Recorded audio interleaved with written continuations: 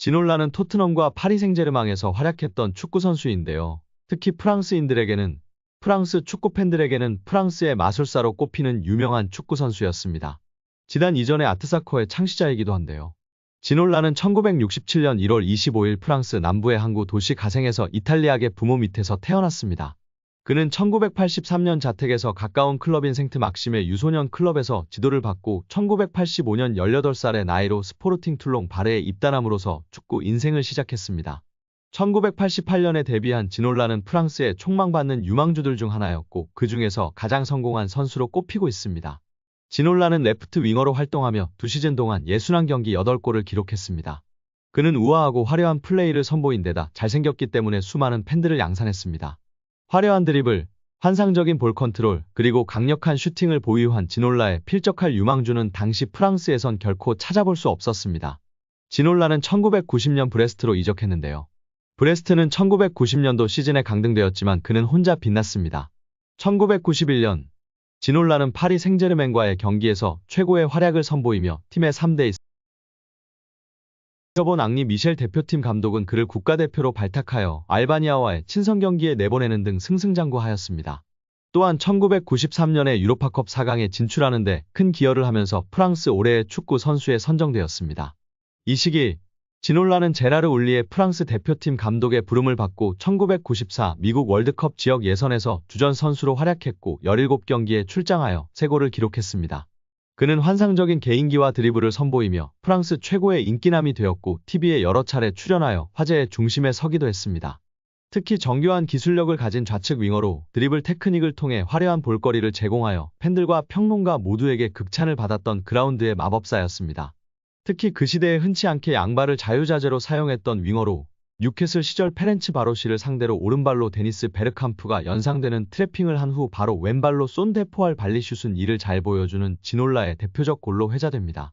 또한 1999년 리즈 유나이티드와의 FA컵 경기에서 왼발 중거리 슛으로 골대를 2번 친 후 오른발 중거리 슛으로 기어이 득점을 이뤄내는 신기를 보일 정도로 본인이 가진 기술력을 양발과 연계하는 능력이 탁월했다는 평가를 받았습니다.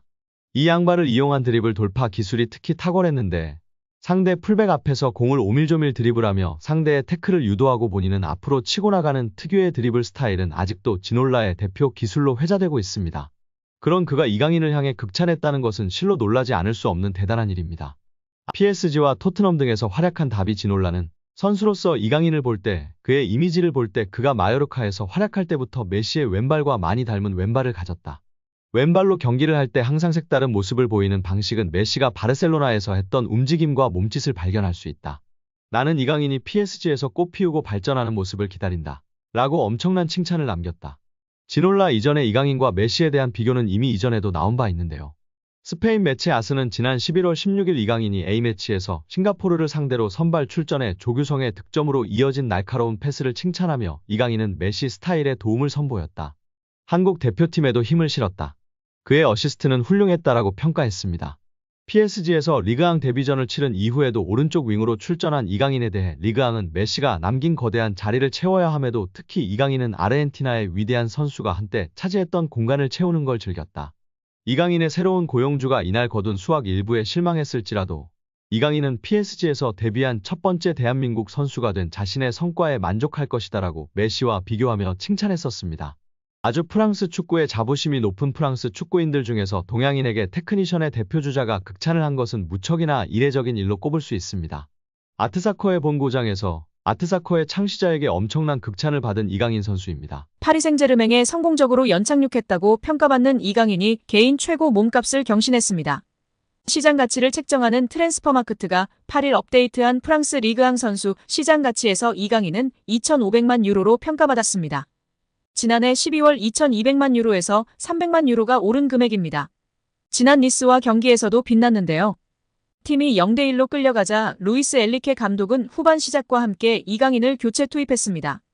축구 통계 매체 풋몹에 따르면 이날 이강인은 평점 7.2점을 받았으며 태클 성공률 100%를 자랑했다. 또한 패스 성공률은 91%였으며 이번에 기회를 창출했습니다. 준수한 활약에 현지 팬들의 극찬이 이어졌습니다. PSG 팬들은 이강인을 선발로 써야 한다. 그는 이번 시즌 초반 최고의 PSG 선수다라는 등 찬사를 쏟아냈습니다. 이강인의 가치는 이날 경기에서만 한정되지 않는데요.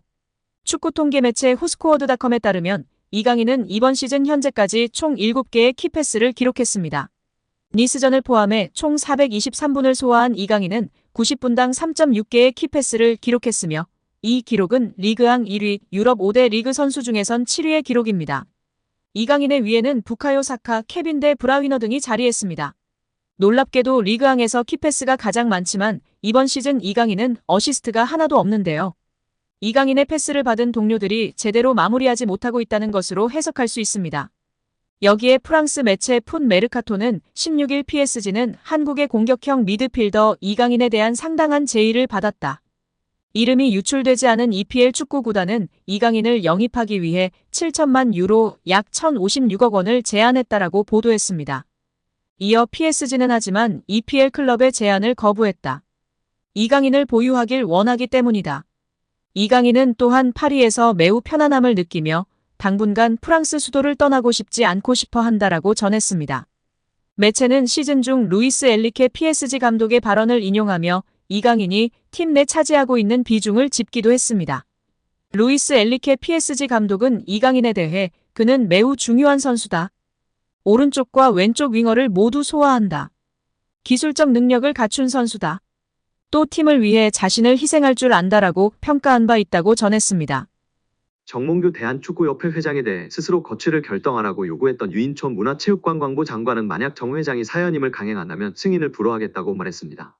유인촌 장관은 26일 SBS 라디오 김태현의 정치좌에서 정몽규 회장에게 거취 결단을 요구한 이유에 대해 지금 국민들의 시선이 너무나 비판적이라며 불명예스럽게 퇴진하게 된다면 훨씬 안 좋잖아. 그냥 개인이 선택하는 게 훨씬 명예롭지 않겠나라고 했습니다.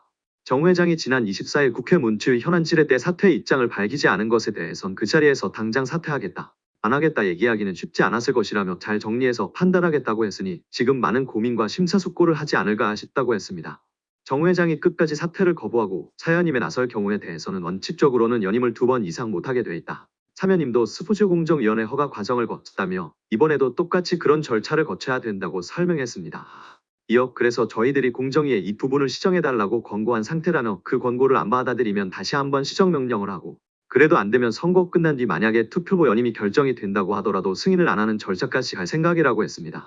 문제부로서는 가지고 있는 권한을 모두 동원해서 합법적으로 정몽규 회장의 사연임을 저지하겠다는 입장이냐는 질문에는 정몽규 회장도 그렇고 대한체육회장도 그렇다며 2번 이상하고 물러나는 게 원칙인데 그런 걸 다 뒤집고 계속 문제를 만들어가고 있다. 그렇게 여야가 질타를 하고 국민이나 언론에서 그렇게 비판을 해도 눈 하나 깜짝 않고 있다고 했습니다.